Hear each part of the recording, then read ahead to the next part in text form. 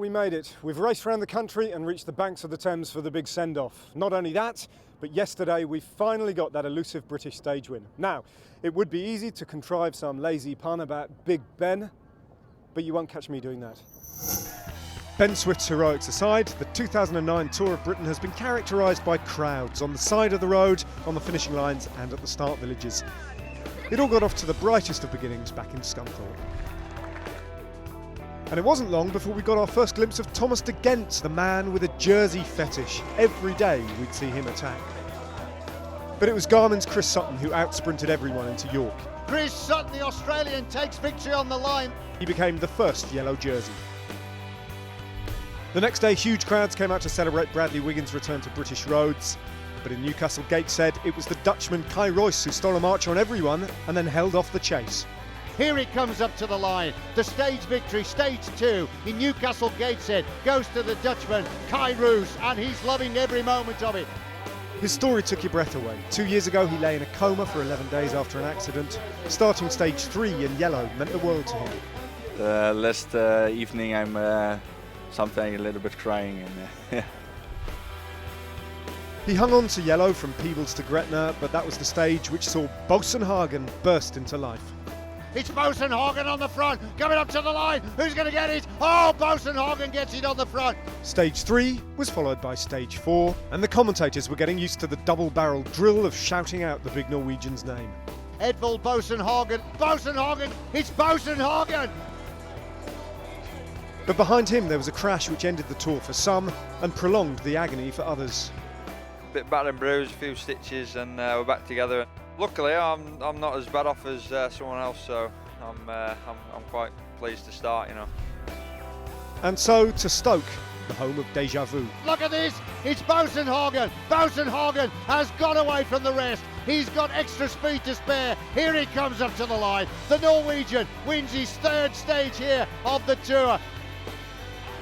And if that looked familiar, it was because he won the first of his 3 there last year on exactly the same run-in. I went early last year, just out from the corner, last roundabout. And yeah, I did it last year, so I tried the same this year. With the race locked down by Team Columbia, a 3-pack of Brits had a crack. Geraint Thomas from Cardiff, Ian Stannard and Ben Swift. Good group. But in the end, in front of vast crowds in Bideford, they were blown away again. Look at this, Boasson-Hagen being chased down by the German champion Reimer, and that's Russell Downing in third spot. Boasson-Hagen hits the line to take his 4th consecutive stage victory. There is just no holding this man. Which left yesterday the last chance for anyone, to break the winning streak. Ben Swift then from Great Britain takes the stage victory. Brilliant. Ben Swift riding out his first pro win, and like any good lad should, ringing his mum first of all. No amount of heroics though will propel Ben Swift onto the podium. He's nearly 17 minutes down, so that leaves Christian House, Geraint Thomas and Russ Downing to fly the flag for Britain in the top 10. The battle for the podium could yet be interesting though, as riders try to scoop up time bonuses en route. Just 5 seconds separate Chris Sutton, Martin Reimer and Kai Royce in 2nd spot.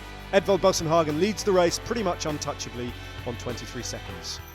Well, it certainly feels like the end of the road, and that's because it is the end of the road. It's been a long road as well, hasn't it? And far too much bad food eaten in service stations for my liking. But we've reached the end. How many boxes has this race ticked for you as the route director? Well, I think the race has taken a massive step forward this year. We've had unprecedented cooperation from the police forces, the highways and the venues. We've had some great finishes and some great routes and some great crowds. Huge crowds, as you say. We're really impressive on that front. But some great racing as well, and you can't look past what Edvald Boasson-Hagen has done to this race yet again. He is an extraordinary talent, isn't he? Yeah, we saw the promise of him last year in the race when he won 3 stages, and also we've seen him win Ghent-Wevelgem this year, but he's come and totally dominated this race this year. Got a very strong team with him, and I'm seeing him win again today. And even though he's Norwegian and not British, and it would have been great to have a Brit doing that, it's done the race no harm because it's attracted kind of global interest. I mean, particularly from his home country. Norwegian press have been besieging us over the last couple of days. days, haven't they? Yeah, they have, and it's been great for the race, and that's the main thing. Yeah. Now, don't rule out, though, the prospect of another British win after Ben Swift did it yesterday. And this morning, I caught up with him just before the race to ask how it felt now that he'd had a chance to sleep on his victory. Well, you've had a little while to sleep on it now. You know, in the cold light of day, how do you feel about it? You must be delighted with what you achieved yesterday. Yeah, no, really happy. It started to sink in now, and just more or less relieved to get the first win. I've been chasing it all year, like I said, so to get it now and to actually enjoy it a bit last night, so it was really good. Is it a little monkey off your shoulder as well, in the sense that do you find that now you've crossed the line that first time, that the next time will feel a little bit more normal, if you like? Yeah, I hope so. I mean, I've got the confidence now to finish it off, because I've been put in the position to win a few times and either missed out or we haven't brought the brake back, and I've won the bunch sprint. So to actually get the win now, it'll help my confidence a little bit to help me for the future. In terms of today, I mean, Pizzato, he could do with a stage win. Are you going to be working for him today, do you think? Yeah, I've got mine, so I'm happy now, but see what the team orders. If they want to help me again, I'll certainly do my best. Yes, indeed, Ben Swift. He's a terrific lad, he's a great rider, and he's got very complex hair, hasn't he, Graham? There's a lot of product knocking around in there. Well, yeah, there's nothing wrong with that, is there? If you've got great talent and you can also add a little bit of glamour to it, it's all good for the sport and the image. Absolutely. I mean, he talks well, he looks good, and he rides his bike fantastically well. And Geraint yesterday compared him to a Boasson-Hagen in the making, given the way that he's a kind of all-round talent, isn't he? Well, it'd be nice to think so. I mean, if you have got that all-round ability and then have that strong sprint finish as well, then you're always going to win races, and I certainly think he's got a great future ahead of him, still very young. Do you think he fancies winning another stage today? I mean, he's got a monster team riding for him, hasn't he? If they want to do the business, they can have a go today, can't they? Well, it certainly have given him great confidence winning yesterday, but I think with this sort of flat finish and sort of shorter circuit, it might be suited more to Boasson-Hagen. It might well be suited to Boasson-Hagen. We've seen plenty of that on this year's Tour. Now, as you may be aware, one of the main partners of the Tour of Britain has been raising awareness and indeed money for a very worthwhile cause. It's the prostate cancer charity. Before today's main event, we saw the Tour Ride, a bit of a jaunt round London in aid of prostate cancer, the main supporter of the Tour of Britain. The Tour Ride's an opportunity really to bring the whole sort of cycling community together. Cycling is a sport about health. We're a health charity. Cycling is also something which is open to everybody, whether you have a lot of skill or, in my case, very little skill. It's a way of bringing families together, and it's a fantastic way, I think, of being able to raise the profile of the cause. So to have this kind of partnership for us is really very important. The Tour is growing in popularity every year, and the association with prostate cancer was a logical choice for a charity hoping to get its message out. We knew we wanted to be into cycling, and we hit upon the Tour of Britain, who were at the time looking for a charity partner, and we just got together and we talked, and we thought actually this is going to work really well for both of us, and I think so far that's certainly the way it's looking to me. The upshot of it is that we've now created events that raise a huge amount of money for prostate and a lot of awareness. And also, I think these are things that we can roll out and do more of them around the UK as part of our commitment back to the regions that support the Tour of Britain, who also want to stimulate tourism, etc. in their part of the world. Now, we've all been there, or rather not been there. Men just hate trips to the doctors, yet 1 in 11 of us are affected by this illness. If you look at the way that women do things with breast cancer, they will get together and do things like the moonwalk. Men don't do that in quite the same way. So what I think really works for men actually is either competitive stuff, and the cycle tours do that, or things which bring families together. So people come and do it, they ride for their dad, they ride for their grandfather, they ride for their uncle. And so it really works in that kind of way, cycling in a way that I think any other kind of a sport really doesn't.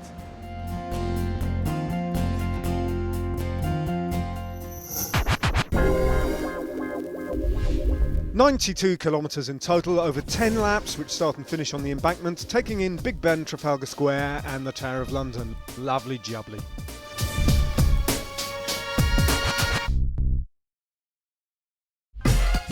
No jelly deals or pearly kings out on this course though, as London pulls on its Sunday best, or Saturday best, and shows off its posh parts to the camera. The same route which started last year's race, the same huge crowds expected which gave the 2007 Tour de France a send-off it'll never forget.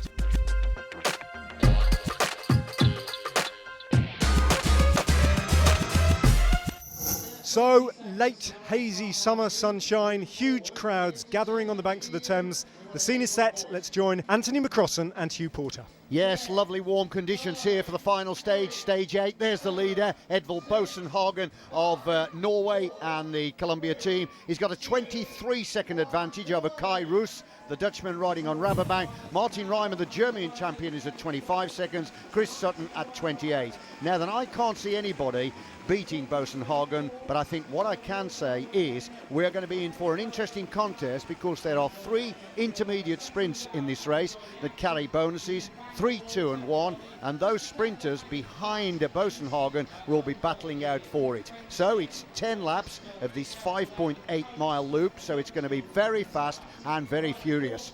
I'm just going to draw a comparison really to the finish of the Tour de France in Paris, which is normally a procession on an iconic circuit, but today I get the sense that some of these teams are not going to give Boasson Hagen the easiest time. Well, we'll watch with a great deal of interest. As usual, it's been the case on every stage. There is an enormous crowd here. They've all turned out. We've had a lot of warm-up events, so the atmosphere has been built up fantastic. There's Big Ben on the left, and they'll be swinging around that every time they go over Westminster Bridge and then retrace on themselves. Early stages, I think you'll find that the riders, maybe the first couple of laps, will probably be tapping out a nice easy rhythm just to get their legs warmed up and organised, but then once the switch goes down, I think we're in for an incredible fast and furious race. Well, we've talked to some of the riders beforehand. Geoffroy Lecat, last year's winner, said that he wanted to liven things up a little bit today. Geraint Thomas, who was on the attack on the final climb yesterday, he wished someone had gone across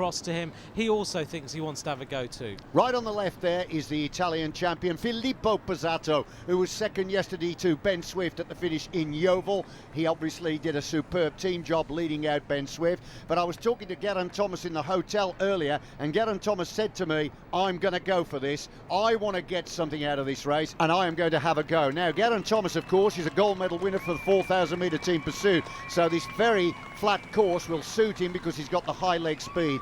Now, he's not riding in the red colours of the Barlow World team. He's actually riding in the jersey as the leader of the intermediate sprint competition. White jersey near the front there, Anthony, of Christian House, the British champion. Christian House really enjoyed yesterday riding in the breakaway all day. He couldn't believe so many people were calling his name. Just reminding, let's just remind ourselves, 689 miles in these riders' legs, an average speed of over 26 miles an hour, and today's flat course in London with a great crowd is going to increase that average, I'm sure. Absolutely. Well, Napolitano, one of the members of the Katusha team, was near the front, and so was Vladimir Karpets, the Russian. And all these riders, of course, will be looking to try and get one of those 2 sprinters, Ben Swift or the Italian champion, Filippo Pozzato, in with a shout at the end. This is all speculation, but believe me, in a race like this, it's going to be so exciting, and everybody wants to win the last stage. It is so prestigious. So we're in Whitehall as we see Pozzato on the left-hand side,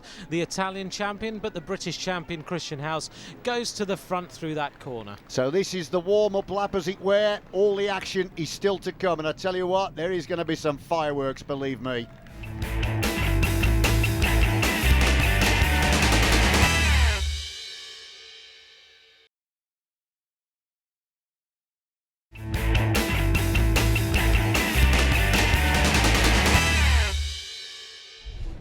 Welcome back. Now, several riders tried to break away from the bunch, including Geraint Thomas and, of course, the ever-eager Thomas de Gendt, but none was successful. Let's pick up the action as the riders are approaching the first of 3 intermediate sprints.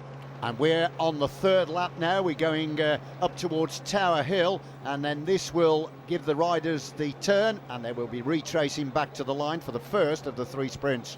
Well, the first lap, just to give you an idea of the speed these riders are going, was an average speed of 26.5 miles an hour, just to warm the legs up.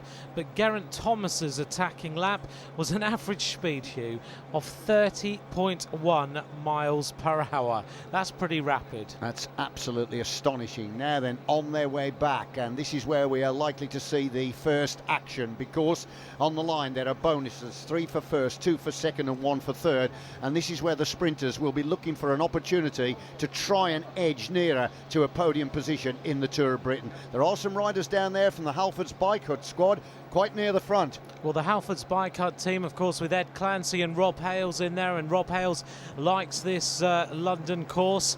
He's finished on the podium in a stage in London previously behind Alessandro Patacchi, so he's looking here to try and bring home a victory for the Halfords Bike Hut team. Look at the line now, it's the long thin line, and that always tells us that the pace is being lifted at the front. This is an electric start to the stage. This is the completion of the third lap. Remember, they're 5.8 miles round, and as Anthony said, the pace is very, very high indeed.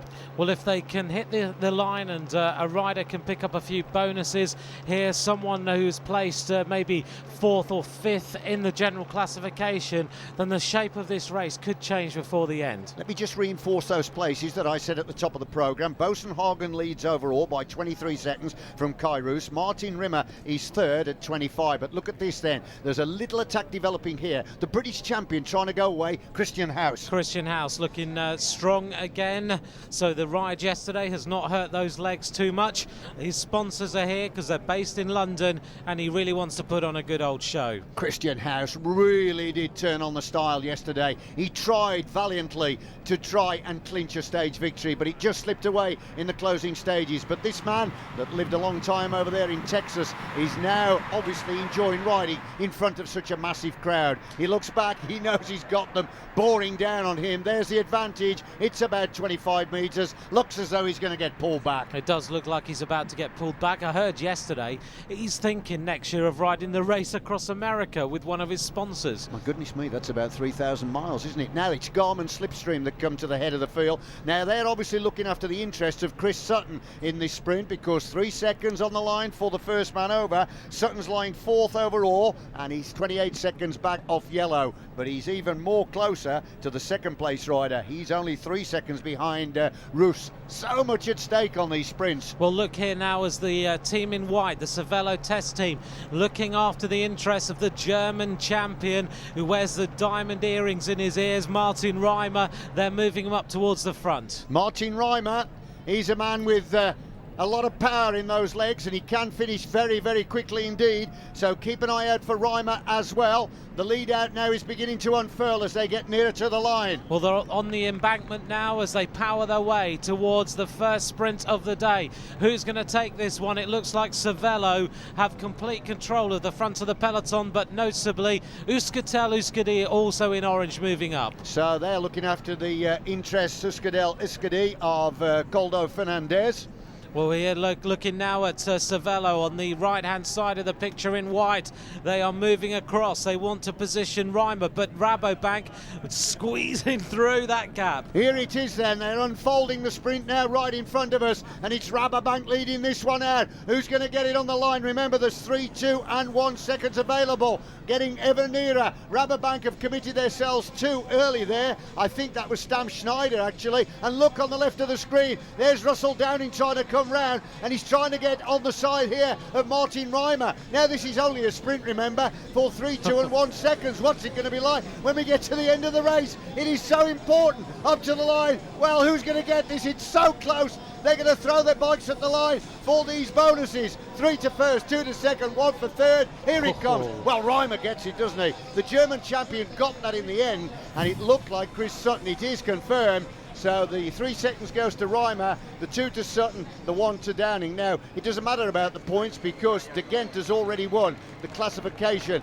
so he cannot be beaten in that competition. But what that 1 second bonus means is that Reimer has now gone ahead of Kai Roos in the overall standings. Interesting. Well, very impressive indeed, Reimer. I don't think I've seen such a hotly contested sprint so far as an intermediate sprint in this year's Tour of Britain. So what it means now is that the overall leader is still Boasson-Hagen. Martin Reimer now is lying second overall, and Kai Roos has been squeezed down to third. Now, also, Chris Sutton is getting closer to Kai Roos. It's an intriguing contest, this one. Well, they've raced across Westminster Bridge, they've looped around the top, and now they're heading back again. They've got the London Eye in the background. It's an iconic circuit, this one. Absolutely wonderful, and we've got a little group beginning to slip away here, and there is one of the Agretubel team members there, and looking at the style of that man, it looks a bit like last year's winner, Geoffrey Lacat. Geoffroy Lacat we can pick out with the Union Jack helmet on his head and the Union Jack socks. The average speed of that lap, Hugh, 29.7 miles an hour. They are going quicker and quicker, and this little group is beginning to distance itself from the rest. There are 5 riders here. There is a member from the Rabobank team, and it looked like an ISD Neri team was there, and also somebody from the Cervelo test team.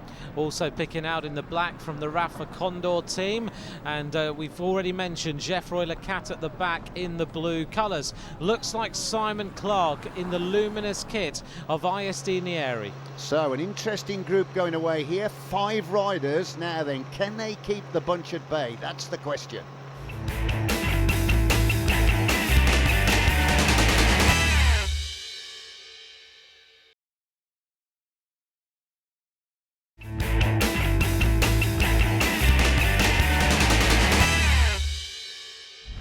Welcome back, and the leading group are on the embankment, and they're starting to build a nice little lead here. There is Lacat on the front, and the Garmin Slipstream team have come to the head of the main bunch because they want to try and pull this group back, because they're looking after the interests of Sutton in the sprints to try and get the bonuses. 27 seconds now, the advantage. So lap 5, 27 seconds the advantage, and Garmin, of course, have only got 4 riders left in this race, working hard, but Lacat really has got the bit between his teeth today. 61 there, he's the rider from the Rabobank team.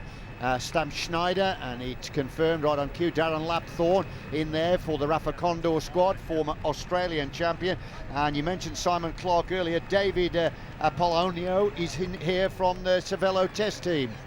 Well, the peloton all lined out now. The average speed of the lap is 29.6 miles an hour the last lap, so they really are whistling along in today's stage of the Tour of Britain in London. But what it means, if this group stay clear, then any bonuses picked up by them isn't going to affect the overall. I mean, Lacat is quite well up in the overall standings, but he's too far back to make it count. So that's why the team were on the front of Rabobank, because they want to try and get Sutton in the mix here, but they're not going to pull this group back. I mean, 27 seconds is a useful advantage. It is a big advantage really on this course, but you can't get out of sight too easily because of the long sweeping roads, and of course we go over Westminster Bridge, so you can glance across at each other and see exactly what the time gap is, so you've got to have a big advantage to stay away. Well, the Cat is the highest placed rider overall in this group at 43 seconds, and he's in 7th place, so if he gets the 3,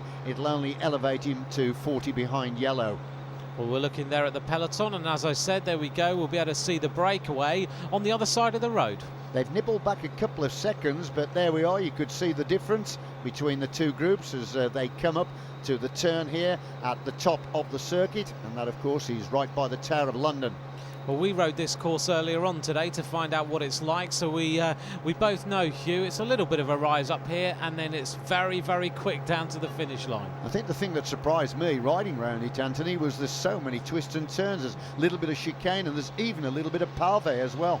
Well, you'll see here in the peloton there's a few gaps as you have to really accelerate out of that corner and get up to top speed. And of course the first rider's gone through the corner, they've accelerated to over 30 miles an hour, and the rider at the back still braking, so very, very hard on the body. So Geoffrey Lacat, the winner last year, is the Frenchman in this group. He's wearing the blue livery as we look at the lineup. And once again, Rafa Condor are represented. They have been very, very aggressive over the last 3 days. Well, they certainly have been, and Darren Lapthorne has been in 2 day-long breakaways in the Tour of Britain, and he's now in another very important breakaway. Simon Clark fueling up with a little bit more drink as they get themselves ready for the line again. And of course, Clark and Lapthorne are both former Australian national champions. Well, Simon Clark there on the front, just resting the forearms on the bars. Don't try that at home too often. These pros technically very, very good. I must admit, it isn't something I like to see, because if you hit a bump, you would go straight over the top and the rest would fall. But they do seem to do it quite a lot when they're riding along at the head of the peloton. But it is Clark here then in those Dayglow colours, bringing the group along, and Stam Schneider, the big fella, tucked right in the wheel of Clark as he now takes on the pace setter at the head of the group, and you can just see the peloton now coming into view. Well, it looks to me like this gap is stabilising at round about 25 seconds as Stam Schneider turns up the heat on the front, tries to add a little bit more pace, and Lecat tucked in there. He is really seeking to grow this advantage. So the brakes sweeping along here at the side of the Thames, and the crowd in the finishing straight can watch the action on the big screen, and they really are enjoying this stage. Barlow Whirl have now come to the front then of the main field. They're obviously trying to look after the interests of the man that said he would like to win the stage earlier today, and of course that's Geraint Thomas. Well, that Barlow World team have worked hard over the last couple of days, haven't they? Geraint Thomas tried to attack on the climb of Chinook Hollow yesterday. He attacked and hoped that someone would go with him, and he didn't get anyone who was able to close the gap on him. And good to see Mauricio Soler, the former king of the mountains of the Tour de France, riding so well in this race now. He's had a quiet ride here, I must admit, Soler, and there isn't anything on this course that's going to test a man that can win the King of the Mountains in the Tour de France. But of course, to have a Colombian with such immense talent, and he won a stage to Briançon as well in 2007, of course he's a great bonus for the Tour. Here we are, they're getting ever nearer to the line now, and they're starting to look at each other, starting to do a little bit of finessing. There's a little bit of twitching going on there. There certainly is. Well, it's been nice to see the riders as they signed on for the start of this stage. As we see the sprint going, we'll finish that in a second. Here goes Lecat. Geoffroy Lecat then, the man on the front, the man that pulled on the jersey and won the Tour last year, coming up to the line. Is he going to get it? Yes, Lecat gets the 3 seconds. Bit tight for second, but it was Stam Schneider that got the verdict over the Italian Apollonio. Well, on the front now are the Columbia HTC team.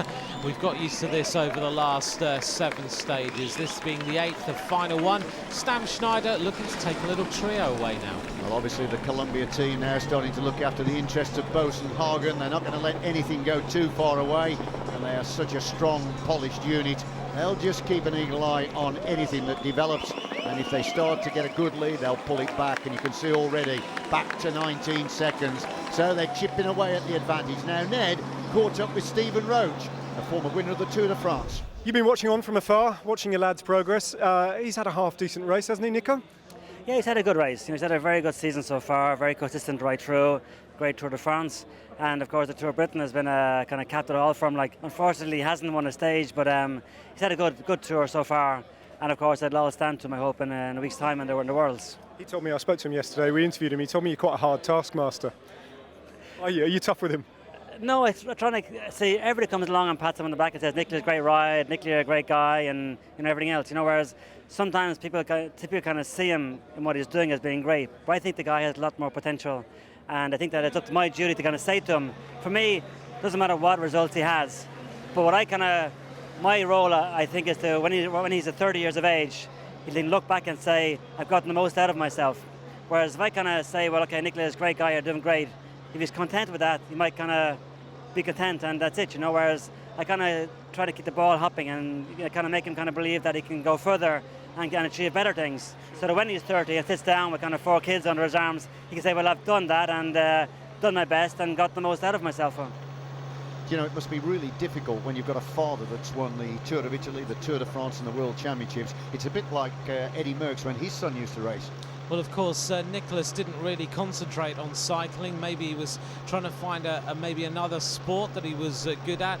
He got involved in football and then realised that he enjoyed riding his bike, and then that he had a real talent for it. Well, there we are, just taking that turn at the top of the circuit. These are the turns, of course, that totally disrupt the rhythm and then you have to re-establish the speed, and of course it can start to burn into the thighs. Well, it really puts the pulse rate very, very high indeed, as you have to sprint out of it and then you have to try and recover a little bit. But the peloton in one long line, yet again, the pace has not let up over the last few laps, over 29 miles an hour again on this lap. And remember, this is lap 7 of this 10-lap encounter that'll tidy up the 2009 Tour of Britain. Now the leaders are almost caught here. The bunch are boring down on them, and this is so important because the big teams are trying to get Martin Reimer, the German champion, and of course Chris Sutton in the mix here for these vital seconds, because the podium positions are very much at stake, and that's why Stam Schneider has nipped away for the Rabobank team, because Kai Roos is not a sprinter, so if he can keep the group clear and the bonuses are not taken away, then Roos is still in with a chance of finishing in the top 3. Yeah, well, it'll be interesting to see how this plays out by the end of the 10 laps. Remember, 5.75 miles every lap of this course. Well, they're certainly not in the comfort zone, are they, the 5, as Lapthorne comes to the front, and they will know what's going on. You just saw, didn't you, the rider there looking back, or looking down, I should say, because he was receiving information on the radio. That was Simon Clark. Well, we look here now at the peloton, who really are focused on bringing this break back. They are in one long line, but Lecat refusing to give in, really working hard. Just a little rock side to side from Lecat. He's absolutely full flight now. And there you see, there is the express train behind, okay, and it is being driven on at a ferocious pace as they try to close down on the leading 5. I think they're on borrowed time here, and there's enough room left, or enough distance up to the line in this lap for them to be absorbed. Look at this, the bunch are in full flight now. They are. Well, Apollonio of Cervelo test team talking into his radio, trying to understand what's going to happen. Now Stam Schneider says, right, I'm going to have to go now for the Rabobank team. I want to try and take a couple of riders or go it alone. And of course pick up that 3 seconds to stop the others getting it. Now look at the bunch here. They're starting to attack the concluding stages here of lap 7 with unbridled passion. Stam Schneider's gone for a long one, but look at the field behind. It's being led out by the Garmin Slipstream team, and they're looking after Chris Sutton. Well, Simon Clark just swung over there and said, I can't give this anymore, and Geoffroy Lecat was the rider in the blue who has to try and close the gap on the fast-moving Stam Schneider, but Lecat manages to do it, and Clark manages somehow to get himself back on the wheel. Lapthorne glances round because Garmin are about to close the gap. They're going to swallow up the leaders, and we're going to be treated here to a real charge for the line, and these seconds are so vital.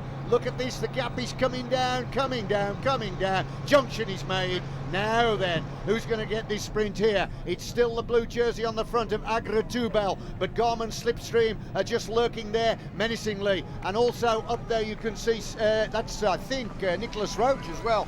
Nicholas Roach is in the middle of the picture in the green and white colours of the Irish champion, but here come Candy TV marshals past her as well. The sprint is opening up. And they'll of course be looking after Russell Downing. Now then, who can outwit who here? And remember, this is only an intermediate sprint. What on earth is it going to be like when they sprint for the line to decide who's going to nail the final prestigious stage in the heart of London? 3, 2 and 1 are the bonus seconds available on the line. This is very important. I noticed for the first time Thomas to get near the back, but the sprint starts now. And look who's on the front. It is Edvald Boasson-Hagen, the winner of 4 stages in this tour. This man has got untapped power. Boasson-Hagen coming up to the line. They're getting ever nearer. Oh, it was so close. Boasson-Hagen, I think, took it.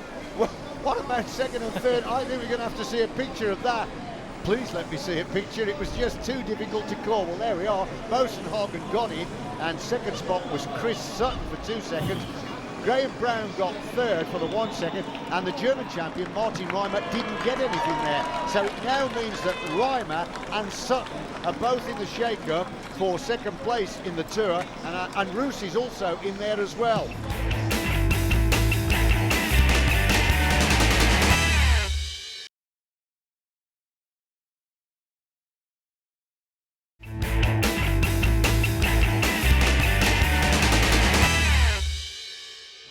The feel all together as they take this turn on Westminster Bridge for the 10th and final time, and they'll cut across the corner of Parliament Square. And at the moment, it's still everybody in the shake-up. 741 miles in these riders' legs as they've raced from Scunthorpe up into Scotland, down the west side of the country, into the southwest, and now into London. These glorious, glorious warm conditions have presented us with a perfect grand finale here of the Tour of Britain, and inevitably the team of Columbia are coming to the front as we look down on Big Ben there, providing us with the perfect backdrop of the race as it swings into Parliament Square, and then they'll be heading on to Whitehall where they'll pass the Cenotaph. Looks to me now like the teams of Columbia, Katusha, all starting to move towards the front to take their sprinters. The likes of Bosenhagen, Ben Swift, and other riders towards the front of the peloton now. The imposing figure there of Vladimir Karpets, the Russian, you can just see him. He's got so much strength and power. He'll be looking after Pozzato and Ben Swift. Well, the last lap, lap 9 of this circuit, was a set-up lap for the final sprint. 29 miles an hour, a little bit slower than the laps before, but that's still pretty rapid. Very small section of pave there, a little bit of a chicane before they swing out onto the Victoria Embankment. Well, I was looking there, Halfords are moving up towards the front, maybe trying to set Rob Hales or Ed Clancy up with an opportunity of winning the sprint, but Bosenhagen vigilant near the front. Just saw Malcolm Elliott going through the screen there. Now, obviously, earlier in Malcolm Elliott's career, he would have been looking at a possibility of winning this stage because he was one of the fastest finishers in the business. But Elliott at 48 is still an astonishing athlete. Well, as we see one long line, the big string of riders, this is going to be the fastest lap, I think, of this day in London, as we look down to see which teams are moving their sprinters forward. Certainly Euskaltel-Euskadi haven't had a stage win yet, but the orange-clad riders are all up there towards the front. Bosenhagen staying out of any trouble at all in the yellow jersey, sitting about 6th. And Euskaltel-Euskadi will be looking after the interests of Koldo Fernandez. He's a very strong finisher, and he's been in the top 6 in 1 or 2 of the finishes so far in the race. But look at the awesome power here by Karpets on the front. Well, you said a few days ago that Karpets, you don't really realise how quick he's going because he just looks so fluid, so easy, but believe you me, he's doing about 32 miles an hour right now. And it's good to see the orange and black colours as well of the Halfords Bike team, and that looks a little bit like Andy Tennant there, former Junior World Pursuit champion. Tennant comes from Wolverhampton, and he's certainly adapted well to the challenge of the road. Well, they lost Ian Wilkinson yesterday, who just couldn't start after that crash a day before. So he's all patched up and he'll be recovering at home. So they kind of lost a bit of firepower for this sprint, but Hales certainly in with a chance. And the green colours on the outside there of CSF Navigarian, they've got Finetto and Marangoni, 2 Italians who like to mix it in the closing stages. So the whole field in the shake-up here as we're getting nearer and nearer to the line. 3 kilometres to go, and we're at the sharp end now of the stage. The pace beginning to lift and lift and lift, and everybody trying to get their riders to the front. It's now the turn of the Spanish squad. Euskaltel-Euskadi coming through. Well, the Basque Country squad now onto the front as they try to set their sprinter up. Here come the team of ISD Nieri, Barlow World. I tell you, it's furious in here. You've got to get the right position, find your way through this peloton, and if you're at the back like this, then you aren't going to figure. Well, that's Steve Cummings right at the back, but the sprinter for Barlow World, of course, will be the little Italian, the first-year pro, Michele Murlo.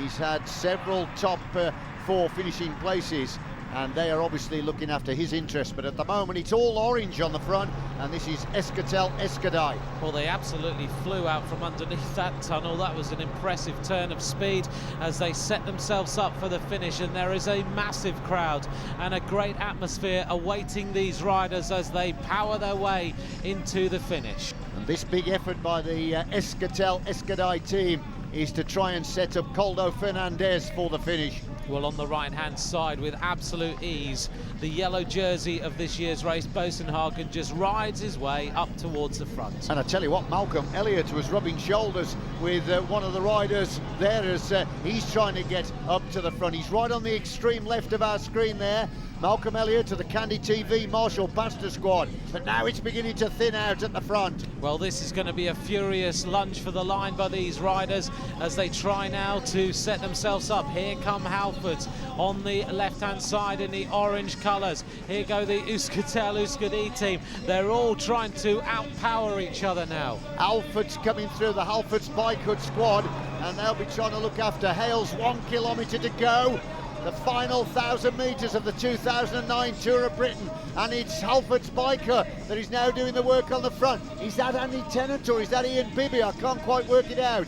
Well, he's rocking and rolling, really trying to get some more pace out of the bike, but the big move starts to happen now, Hugh. They're setting themselves up. It is beginning to thin a little bit now as the pace begins to increase even more and more, and it still looks very much like the rider from Halfords Bike Hut on the front. Are we going to get another British stage victory? Look at this, it's very, very close indeed, and Hales has come through as well, and so has Russell Downing, and on the left in the orange, he's Coldo Fernandez as well. This is going to be so close to the line. Who's going to get this? Barlow World in the middle as well. It's the Barlow World rider that takes it. Michele Merlo, the Italian first-year professional. Punch in the air with your line. Merlo takes the stage. What a fantastic win for Michele Merlo, but it looked to me like a blitz of British riders in there as well, including Downing. Hales was there, so was Downing. Look at that. They were all trying to get the victory, but it was the young Italian that had the last say. Michele Merlo then, who's been a constant threat to the top sprinters all week, finally fulfilling his promise and dragging in his teammates to speak for him. Chris Froome, his spokesman of choice. Do you speak a little English, Michele? No, they traduce. You can translate. Chris, that was a terrific ride to get your man over the line, wasn't it? Cool, no, that was great. Couldn't have finished better for us.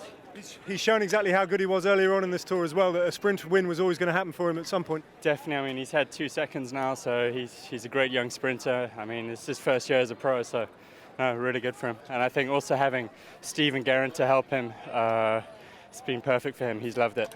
The British win in London never materialised, despite the best efforts of Russ Downing and Rob Hales, who managed 6th and 5th. Chris Sutton's 3rd place added a 4 seconds time bonus to the 4 he earned on the road. Coldo Fernandez completed another better ride for Euskaltel-Euskadi, but Merlo was the man of the moment. Look at Malcolm Elliott, by the way, back in 9th. Some prospect he appears to be, Michele Merlo, a first-year pro with a big future ahead of him. Wearer of the points jersey back in Newcastle Gateshead, the stage win, though, much more glamorous. With Boasson-Hagen out of the points on today's stage finish, Chris Sutton closed the gap to go level on points, 86 apiece. But winner stays on, the prostate cancer charity points jersey taken home to Norway by Edvald Boasson-Hagen. No points on the road today for Thomas de Gent, but he'd sewn up that competition yesterday. Martin Reimer finished 2nd, Geraint Thomas in 3rd. De Gent then, for the nth time on the podium. Not a single day has gone by on this tour without the young Belgian posing for the photos. No mountains today, not even Tower Hill can masquerade as much more than a slight incline, but then again it was all done and dusted on Thursday. Thomas featured here too, by the way, in 4th. And one last zip up and grin for de Gent, who's getting used to the attention and frankly enjoying it. A week ago nobody knew I existed, and now a lot of people are calling my name on the side of the road, so I'm really happy. All of which leaves the small matter of the general classification, where behind Boasson-Hagen the battle for the minor placings led for an active race early on. Chris Sutton leapfrogging both Martin Reimer and Kai Royce into 2nd, the Dutchman dropping out of the podium places altogether into 4th. Russ Downing and Geraint Thomas fill 5th and 6th places. Last year's winner Geoffroy Lecatre finished strongly in 7th, and British national champion Christian House held on to 10th. No doubting the starman though, Edvald Boasson-Hagen, winner of the 2009 Tour of Britain. The Bikeability yellow jersey, the shy grin, the September sunshine, and a hugely appreciative crowd. Edvald, you've won many races already in your short career and you've stood on many podiums. Have you ever had a crowd react like that when you stepped up? No, it was really amazing, the crowd now, and it's really nice to be here and win the race after this week. The team was working hard and it's really nice to win. I think the public in Britain appreciate what you've done. They like you. Do you like the Tour of Britain? Yeah, it's a good race. Really much people is following us, and it's a good race. Wow, well here we are on Whitehall some time after the event, and as you can see behind us the crowds are still dispersing ever so slowly. I mean, Graham Jones, these things are hard to estimate always, how many people were there, but I reckon it was a lot. Am I right? Yeah, I mean, it blew our minds today, the amount of people that came out. I mean, the weather helps, obviously, but I think the level of interest that's coming into cycling now has just made it so much better. And knowledgeable too. I mean, the way they appreciated Boasson Hagen on the podium just now really was at a different level. I haven't seen a crowd celebrate a rider on the podium like that, even on the Tour de France. That was different class. No, we said exactly the same thing as it was happening. Fantastic reception, unbelievable. But we've seen a very special rider, in fairness, haven't we, in Edvald Boasson Hagen, and to see him riding for a British team next year will be an exciting prospect. It will, and I think part of the public already know that he's going to ride for a Sky next year, so I think we've got a real star in the making. Yeah, well, it's another successful tour of Britain. I mean, how do you up the ante now? What are you going to do? Or shall I give you a couple of days to think about that? No, we're already starting to think about next year.